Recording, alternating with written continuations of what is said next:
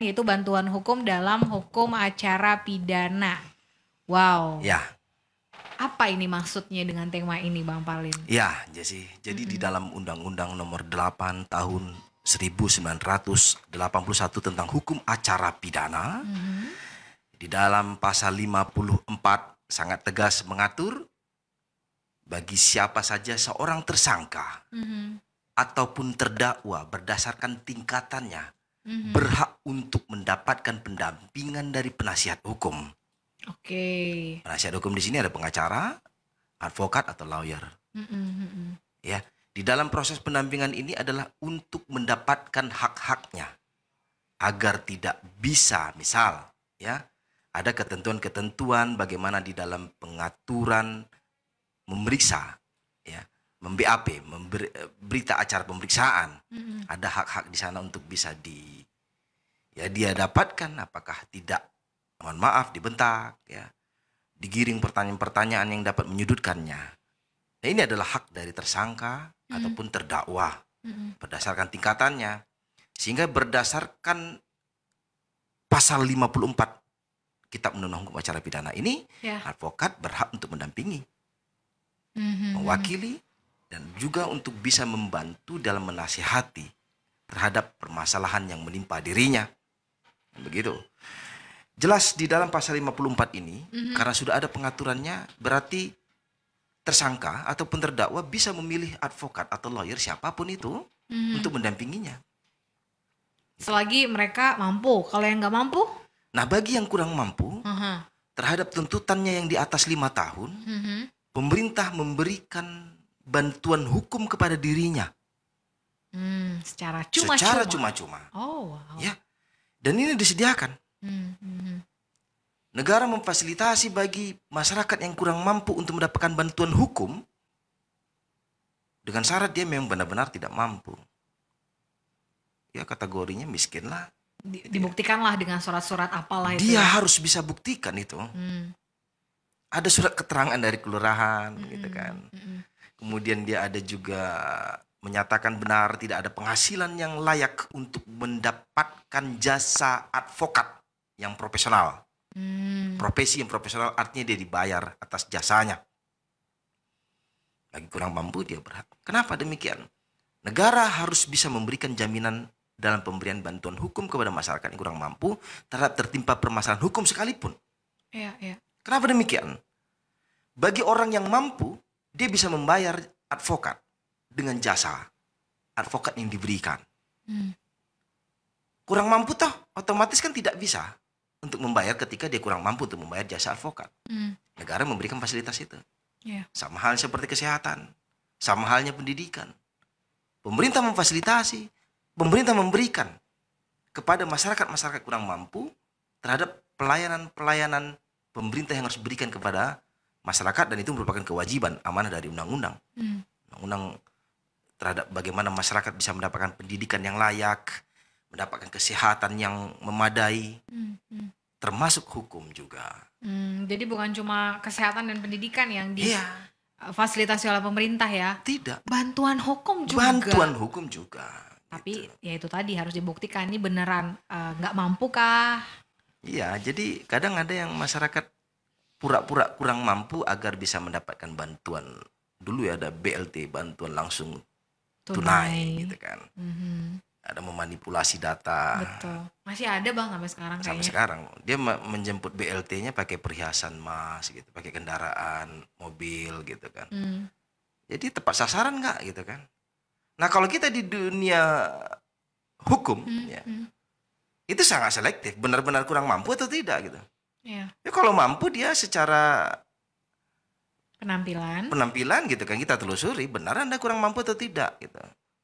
Dan lurah, RT, RW juga harus selektif dalam memberikan surat keterangan terhadap dirinya benar-benar adalah orang kategori kurang mampu atau tidak untuk mendapatkan bantuan hukum. Kalau kami selektif itu. Orang mampu tidak bisa memanfaatkan jasa bantuan hukum secara cuma-cuma. Harus bayar. Gitu. Ini kan termasuk jasa. Mau diberikan pelayanan profesional, ada jasa. Bagi masyarakat kurang mampu ada bantuan hukum. Gitu. Bantuan hukum ini karena sudah ada dalam pengaturan dasar hukumnya, secara otomatis ini wajib diberlakukan. Di tingkat kepolisian ada bantuan hukum kepada masyarakat kurang mampu. Oh, di tingkat kepolisian juga? Ada. Di pengadilan juga ada. Terhadap tuntutannya di atas 5 tahun, misalkan dia dituntut oleh jaksa penuntut umum bahwasanya dia di atas 5 tahun tuntutan sanksi pidana atas perbuatan pidana yang dia lakukan, dugaan itu, pengadilan menyediakan bantuan hukum. Di setiap pengadilan pasti ada pos bakum namanya. Pos bantuan hukum. Pusat bantuan hukum kepada masyarakat kurang mampu. Disediakan. Makanya pos bakum di setiap pengadilan itu selalu standby ada di sana bagi nanti ada tuntutan di atas 5 tahun, keluarganya atau terdakwa itu langsung memanfaatkan fasilitas pos bakum untuk mendapatkan bantuan hukum. Itu harus di atas 5 tahun kah? Karena dari tadi abang menyebutkan itu. Idealnya di atas 5 tahun, di bawah 5 tahun dia tidak diberikan fasilitas itu. Tapi kalau dia memanfaatkan bantuan hukum lain, seperti kami di Pradi, ada PBH namanya Pusat Bantuan Hukum. Siapa saja masyarakat yang kurang mampu bisa memanfaatkan PBH Pradi Pekanbaru. Kebetulan saya di PBH sebagai Dewan Penasehat Pusat Bantuan Hukum itu. Dan di Pradi Pekanbaru saya sebagai bendahara. Manfaatkan itu. Bisa nanti hubungi. Dan tidak ada pungutan Rp20 pun bagi mereka yang memanfaatkan jasa bantuan hukum. Syaratnya kurang mampu ya. Jangan pura-pura kurang mampu untuk mendapatkan pelayanan gratis. Baik. Jadi begitu cara negara hadir di tengah-tengah masyarakat. Di tengah masyarakat. Tidak hanya sekadar pendidikan, kesehatan, hukum juga ada. Nanti ada kitab undang-undang hukum acara pidana juga mengatur secara spesifik bagaimana kuasa hukum, ya, bagaimana lawyer, bagaimana pengacara memberikan bantuan hukum kepada tersangka ataupun terdakwa, gitu. Tapi secara umum kita dapat sampaikan di dalam pasal 54 kitab undang-undang hukum acara pidana, tersangka, terdakwa berhak untuk mendapatkan pendampingan dari penasihat hukum dengan berbagai tingkatan. Cara pengaturan dalam pendampingan juga diatur dalam peraturan undangan yang diatur. Itu nanti akan kita bahas ya. Tapi sesuai dengan tema kita dalam hukum acara pidana, berarti acara pidana saja yang akan kita bahas pagi hari ini, Bang Parlindungan. Bantuan hukum dalam hukum acara pidana di tema kita pada pagi hari ini sudah dibahas ya. Jadi bagaimana hadirnya negara Indonesia tercinta, NKRI harga mati ya, itu ada terutama di bidang hukum karena memang negara kita didasari oleh hukum ya Bang ya. Dasar itu pemberlakuan hukum, pemberlakuan bagaimana sistem pendidikan Indonesia, bagaimana undang-undang kesehatan gitu kan, hukum juga demikian begitu, tanpa pengecualian. Jadi di dalam kitab undang-undang hukum acara pidana, mau orang mampu ataupun tidak mampu sekalipun, dia berhak untuk mendapatkan bantuan hukum. Mendapat pendampingan hukum, mendapat nasihat-nasihat hukum, advice hukum dari penasihat hukumnya. Makanya undang-undang advokat juga melahirkan advokat, peran dan fungsinya untuk membantu masyarakat. Salah satu poinnya adalah yang kurang mampu. Jadi kalau ada advokat hanya orientasinya cari duit, gitu kan. Tidak ada sedikit pun dia sebagai amalan-amalan, sebagai pengabdian dia sebagai advokat terhadap masyarakat yang kurang mampu. Saya rasa dia tidak total. Saya rasa dia belum sesungguhnya. Saya rasa dia belum mengabdi sebagaimana apa yang diamanahkan dalam undang-undang advokat. Dalam sumpah advokat juga ya. Sumpah advokat ada juga demikian. Harus bantu bagi masyarakat yang kurang mampu. Penyeimbang lah gitu. 50%-nya misal gitu ya. Atau 75% jasa advokat yang diberikan jasa. Ada imbalan jasanya. Karena dalam undang-undang advokat juga mengamanahkan setiap advokat berhak untuk mendapatkan imbalan. Berhak dia untuk mendapatkan imbalan itu. Dan dia juga salah satu tugas dan fungsinya membantu masyarakat yang kurang mampu. Gitu.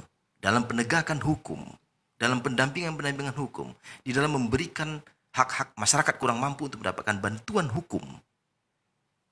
Karena selagi belum ada putusan tingkat pengadilan, vonis terhadap dirinya, berarti ada penganutan azas praduga tidak bersalah. Makanya advokat berhak mendampingi orang yang sekalipun secara dugaan awal dia bersalah. Gitu. Kenapa sebelum ada putusan pengadilan dia belum dinyatakan adalah orang yang bersalah. Makanya dia didampingi. Dan bisa saja toh di dalam penentuan dia diduga melakukan perbuatan pidana bisa saja salah. bisa saja itu dia tidak pernah melakukan perbuatan pidana seperti yang dituduhkan. Makanya berhak dia untuk melakukan pendampingan, berhak dia didampingi, berhak untuk mendapatkan bantuan hukum. Bahkan dengan statusnya yang sudah tersangka ya Bang ya. Apalagi statusnya sudah menjadi tersangka, gitu kan. Berarti ada sudah dugaan awal dengan bukti dan saksi yang dapat menyatakan dia adalah diduga melakukan perbuatan pidana. Oke. Ya, itu dia. Baik. Maka di dalam Kitab Undang-Undang Hukum Acara Pidana, ya, yang diatur di dalam pasal 69, ya, dalam pasal 69 Kitab Undang-Undang Hukum Acara Pidana, penasihat hukum berhak untuk menghubungi kliennya saat proses dia ditangkap, saat proses dia menjadi tersangka, saat dia sudah naik tingkatnya menjadi terdakwa. Dia berhak menghubungi klien itu. Jadi tidak ada boleh menghalang-halangi. Tugas dan fungsi advokat juga sampai ke sana. Saat ditangkap sekalipun dia berhak untuk menghubungi, berbicara. Apa persoalan yang menimpa dirimu? Gitu kan. Dan si tersangka diduga yang tersangka ya, atas dasar sprintcap gitu, surat perintah penangkapan kepolisian, dan ada sprinhan, surat perintah penahanan begitu ya. Dan surat pernyataan dia adalah sebagai statusnya tersangka. Itu tingkatan-tingkatan yang dimaksud dalam Kitab Undang Hukum Acara Pidana. Nah, penasihat hukum berhak mendampingi itu. Baik. Itu dalam pasal 69 Kitab Undang Hukum Acara Pidana mengatakan demikian. Dan di pasal 70-nya, ya, di dalam pasal 70 bantuan hukum yang diatur dalam Kitab Undang-Undang Hukum Acara Pidana, ayat 1-nya menyatakan penasihat hukum sebagaimana dimaksud dalam pasal 69 yang tadi saya jelaskan. Ya. Itu berhak menghubungi dan berbicara terhadap tersangka pada setiap tingkatan pemeriksaan dan setiap waktu untuk kepentingan pembelaan perkaranya. Jadi apa?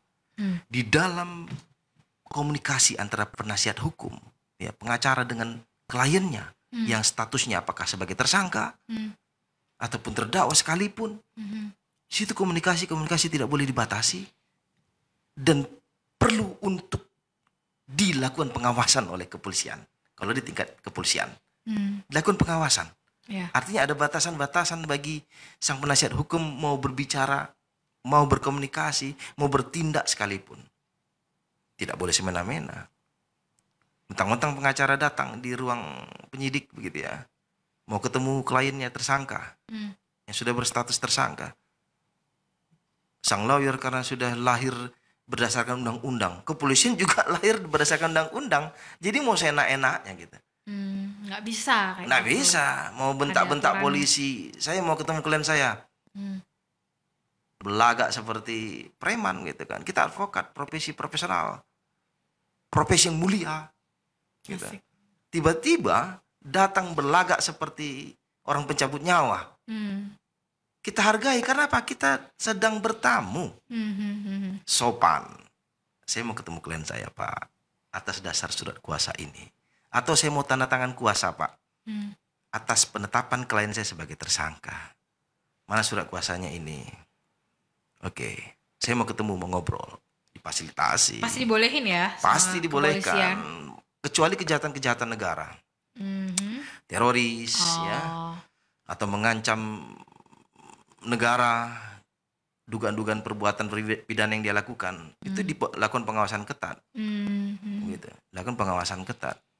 Nah, yang diatur dalam Kitab Undang-Undang Acara Pidana, dia berkomunikasi, mendampingi maupun dalam pemeriksaan pemeriksaan BAP itu, dia berhak untuk mendampingi. Oh, saat di BAP si tersangka juga berhak didampingi ya? Setelah mungkin tadi awalnya dia teken kuasa, ya, terima kuasa dari si klien penetapan status tersangka itu, dia komunikasi sejauh mana duduk perkaranya, bagaimana dia menganalisis si pengacara terhadap duduk perkara, dan pada saat pemeriksaan, gitu. BAP apakah BAP lanjutan ataupun lain-lain ya. Tapi sebelumnya boleh berkomunikasi nggak sebelum BAP dilakukan boleh. atau pemeriksaan dilakukan? Boleh. Misalnya mereka mau berdiskusi tentang jawaban, briefing gitu ya. Briefing boleh. Ya briefing dikomunikasikan terlebih dahulu terhadap duduk perkara. Diarahkan, kemudian disampaikan untuk di dalam BAP sampaikan tentang duduk perkara yang sebenarnya. Jangan ada perrekayasaan gitu kan. Ceritakan aja duduk perkaranya. Yang tahu disebut tahu, yang tidak jawab tidak. Jujur, jangan berargumen yang sifatnya opini, yang mengembangkan pikiran-pikiran kita itu seakan-akan kita menilai, bukan mengalami. Oh, iya. Jadi jangan sampai menilai. Ceritakan aja apa yang terjadi di faktanya gitu. Berdasarkan faktanya. Mengalami, melihat, mendengar, dan merasakan. Sampaikan tentang 3 duduk perkara itu. Ya, jangan sampai menganalisis. Kalau menurut saya Pak, dia bersalah. Nggak boleh ada kata-kata begitu ya dalam pemeriksaan. Iya, ada klien saya itu di BAP ada saksi ya gitu kan. Saksi yang memberatkan klien kita gitu. Oh iya Pak, itu dia benar pelakor itu Pak gitu kan. Dari mana dia menyatakan dia adalah sebagai seorang pelakor? Bagaimana dia menyatakan seorang dia bersalah? Dia bukan ditanyakan tentang sebuah penilaian. Apakah kau melihat ada kejadian ini? Ya Pak, saya lihat si pelakor ini ada di sana begitu. Apa hubungannya gitu? Ini hiperbola. Seorang intelektual lagi menyatakan itu gitu. Nggak boleh ya, penilaian pribadi nggak boleh. Nggak boleh bernilai subjektif. Dia berdasarkan penilaian objektif. Sehingga nanti berdasarkan fakta-fakta. Ketika ingin di pembuktian sampai ke persidangan, itu benar adanya antara BAP, pemeriksaan di kepolisian, tingkat kepolisian sampai ke pengadilan benar. Gitu. Saat di pengadilan pun pasti otomatis didampingi ya. Ya, pada saat di pengadilan sekalipun, statusnya tersangka kan berada di tingkat kepolisian. Ketika naik nanti di tingkat ke pengadilan, perkara sudah dilimpahkan ke kejaksaan, dari kepolisian ke kejaksaan langsung menyerahkan berkas-berkas ke pengadilan untuk segera disidangkan, keluarlah nomor perkaranya, naiklah statusnya sebagai terdakwa, dari tersangka menjadi terdakwa. Dia juga berhak untuk mendapatkan pendampingan hukum. Mau orang mampu sekalipun ataupun tidak mampu, dia berhak untuk mendapatkan pendampingan hukum. Di pengadilan. Di pengadilan. Sekali lagi, kalau bagi dia yang kurang mampu dan ancaman pidananya di atas 5 tahun atau minimal 5 tahun, pengadilan negara berhak untuk memfasilitasi, si terdakwa juga berhak untuk mendapatkan pendampingan hukum dari penasihat hukumnya. Oh, tidak ada uang. Oh, tidak ada penasihat hukum. Disediakan. Kurang baik apa negara kita ya? Disediakan gratis. Kalau ada yang mengutip uang, laporkan. Disediakan oleh negara pengacaranya itu, laporkan. Laporkan kemana? Laporkan kepada pengadilan yang menyediakan pengacara itu. Dan laporkan oknum pengacaranya telah melanggar kode etik, telah melanggar undang-undang tentang bantuan hukum berserta turunannya. Dilarang dia itu Rp25. Akan diberi sanksi si pengacara itu? Ada sanksinya. Sanksinya bisa sampai pencabutan kartu anggota dan bisa saja dipidana itu. Sanksi pidana terhadap advokat yang dibebankannya si klien terhadap biaya-biaya personal, honor dan lain-lainnya itu tidak boleh. Ada boleh dia mengutip uang Rp20 pun itu. Udah tertimpa masalah dimintain duit lagi kan. Kalau menangani perkara ini, pulangkan klien kita itu sebagai keluarga kita. Baik. Ada satu pertanyaan dari Bunda Itamirun untuk menanggapi pembicaraan kita. Kalau orang yang sudah korupsi uang negara nih, apakah harus ada pendampingan juga Pak Perlindungan? Kan dia udah korupsi. Terima kasih dari Bunda Ita. Ya, tindak pidana korupsi ini biasanya kejahatan intelektual. Ya. Tapi masuk pidana ya, ranah. Masuk ranah pidana korupsi kan? Tindak pidana khusus dia. Oh, ada khususnya. Khusus tindak pidana korupsi. Secara peradilan juga tindak pidana khusus korupsi, tipikor. Dan hakimnya pun juga ada hakim ad hoc khusus yang paham tentang tindak pidana korupsi. So berbeda dengan pengadilan-pengadilan lain hakimnya?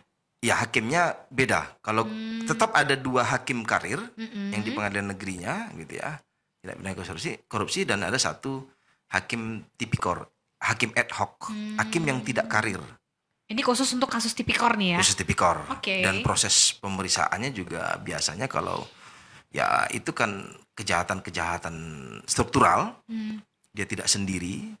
Kejahatan yang juga dilakukannya itu adalah terkait dengan keuangan negara atau penyalahgunaan dalam jabatannya. Sehingga proses peradilannya juga diatur secara khusus. Tapi di dalam hukum acaranya sama aja. Nanti ada pembacaan, pledoi, pemeriksaan saksi, kemudian mendengarkan keterangan terdakwa, kemudian ada mau pledoi, ya tetap hukum acaranya seperti itu. Nah, jadi ya dia berhak untuk mendapatkan pendampingan hukum. Jangankan perkara tindak pidana korupsi, perkara cabul sekalipun dia kalau mau mendapatkan pendampingan hukum bisa. Jadi ini tidak ada pengecualian perkara tidak ada pengecualian. Tidak ada pengecualian terhadap tindak pidana apa. So kalau tadi Bunda Tamrin bertanya apakah orang yang korupsi yang mengambil uang negara juga berhak? Berhak ya? Ya berhak. Bisa dia dapat pendampingan. Tapi kalau perkara korupsi, perkara tentang tanah, ya itu dia tidak bisa mendapatkan bantuan hukum secara cuma-cuma oleh negara itu. Ada pengecualian untuk dapatkan bantuan hukum secara cuma-cuma. Oke. Pengecualiannya perkara tanah, tindak pidana korupsi. Gak bisa. Tak bisa. Harus ada kompensasi lah bersama advokatnya. Kalau tanah, tidak mungkin lah orang kurang mampu perkara sengketa tanah. Apalagi korupsi ya. Apalagi tindak pidana korupsi. Bukan. Biasanya terduga, diduganya kan pelaku-pelaku intelektual. Perkara-perkara yang keuangan negara, nah mungkin orang kurang mampu terlibat dalam perkara itu. Meskipun belum terbukti juga sih. Walaupun secara pembuktian dia belum ada menyatakan bersalah. Ya, jadi tetap saja dia kalau ingin mendapatkan pendampingan hukum dari advokat berhak. Tapi tidak bisa cuma-cuma. Kalau cuma-cuma cari negara lain aja kalau ada yang mengatur tentang. Karena ini dua kasus khusus kayaknya ya Bang ya. Tidak pidana korupsi nggak bisa dapat kerja. Ada pengecualian itu. Ada pengecualian itu. Oke. Kemudian di dalam Kitab Undang-Undang Hukum Acara Pidana, tadi di dalam pasal 70 ayat 1-nya kan dia berhak untuk mendapatkan ya, untuk menghubungi, berbicara, dan si penasihat hukum itu berhak untuk mendapatkan haknya di dalam menghubungi, ya, berbicara.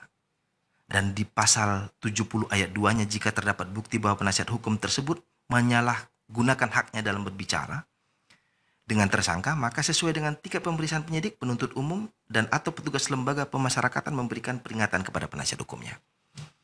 Jadi kalau dia menyalahgunakan, dia kan diberikan hak nih untuk ketemu si penasihat hukum. Ya. Penasihat hukum. Oke. Dalam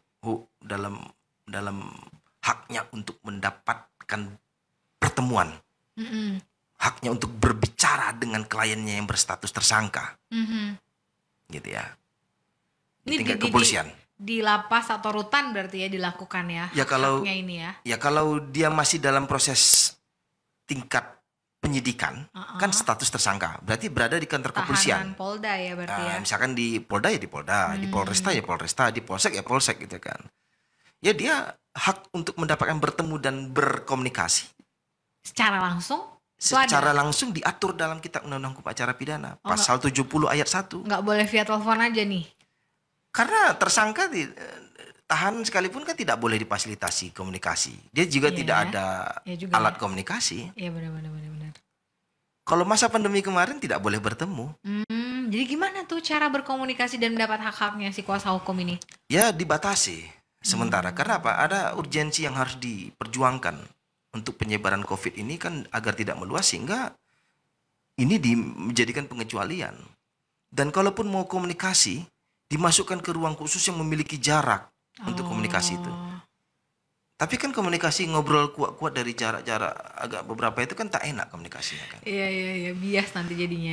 Jadi makanya di dalam komunikasi, kalau anggaplah tidak masuk di dalam masa pandeminya, komunikasinya sebatas komunikasi dan berbicara tentang duduk perkaranya saja. Pelanggaran-pelanggaran mungkin bisa saja diajaknya ngobrol yang di luar dari topik pembicaraan, diajaknya untuk merekayasa dalam perkara yang sebenarnya, ya diajaknya merokok, ngajak makan gitu kan, memprovokasi dan lain-lain. Ini ya itu yang mungkin dikategorikan dilarang, tapi tidak tegas di dalam Kitab Undang-Undang Hukum Acara Pidana pasal 70 ayat 2 tidak tegas membatasi dalam pelarangan seperti apa. gitu kan. Anggaplah ini bersimpangan dari pandangan penyidik atau petugas negara yang ditunjuk. Ya dia berhak menegur penasihat hukum itu. Kenapa dia bertamu? Bertamu gitu. Ya kalau aturannya tidak boleh pakai sendal, masuk kantor ya jangan pakai sendal. Ikutilah aturan. Kalau tidak membawa surat kuasa, tidak ada kuasa dari si tersangka, ya enggak bisa untuk komunikasi. Harus ada kuasa dulu. Pak, kita kuasa lisan. Polisi tidak butuh kuasa lisan. Walaupun dibenarkan kuasa itu tidak harus tertulis, boleh kuasa secara lisan. Tetapi kan butuh tertulis sebagai bentuk pengarsipan kepolisian di dalam menentukan dia ini benar-benar kuasa hukum dari si tersangka. Gitu. Buktikan surat kuasanya. Dan dia benar-benar pengacara. Gitu. Jangan nanti ngaku-ngaku pengacara tapi sarjana ekonomi kan. ada oknum pengacara. Ada ya? Bukan pengacara, dia itu tidak tamat sarjana hukum, tapi dia ngaku kemana-mana pengacara. Tapi pada saat persidangan dia nggak pernah menjadi pengacara. Kenapa? Di dalam proses persidangan, ketika dia benar-benar pengacara, diperiksa berkas dokumen-dokumen dia sebagai advokat, dokumen-dokumen dia sebagai pengacara, ditunjukkan di hadapan hakim bahwasanya dia benar ada pengacara. Dibuktikan apa? Ada berita acara sumpah dari pengadilan tinggi. Kita tunjukkan yang asli, dikasihkan fotokopi. Langsung kemudian ada kartu tanda anggota, bukti profesi advokat, KTPA-nya. Iya. Ditunjukkan yang aslinya. Meyakinkan majelis hakim dia benar-benar advokat. Dan ditunjukkanlah kuasa. Benar dari si terdakwa memberikan kuasa kepada si advokat ini, kepada kantor hukum ini. Benar. Gitu. Hati-hati di dalam memilih advokat dan pengacara pun harus selektif. Jangan hanya sebatas dia mengaku sebagai advokat, tapi buktikan. Ada lembaga-lembaga bantuan hukum yang tidak berlatar belakang pendidikan hukum. Sejauh mana dia bisa memahami tentang hukum acara pidana, hukum acara perdata, sementara bukan berlatar belakang pendidikan hukum. Oh, pemahaman-pemahaman begitu saja gitu kan. Pilihlah yang sarjana hukum, tunjukkan dia adalah sebagai advokat. Si klien berhak kok, si calon klien berhak untuk menanyakan, Bapak advokat dari kantor hukum mana? Ini, kantornya di mana alamatnya? Ini, bisa tunjukkan KTPA-nya Pak. Tunjukkan, bisa lihat berita acara sumpah Pak. Kadang pengacara tersinggung gitu kan, kok nggak percaya aku pengacara gitu kan. Kan untuk meyakinkan. Agar tidak salah di dalam menentukan dia sebagai pendamping hukum yang akan mencurahkan isi hatinya, akan memberikan separuh jiwanya kepada advokat. Kayak jodoh ya. Iya. Milih kuasa hukum tuh kayak milih jodoh gitu ya Bang. Iyalah. Jadi kan dia mau bercerita ini kan. Membagikan sebagian memori hidupnya ya. Untuk dibantu permasalahan hukumnya agar benar-benar terselesaikan. Bagaimana dengan hadirnya advokat di hadapan calon klien ini, dia sudah merasa terlindungi, dia sudah sejuk gitu.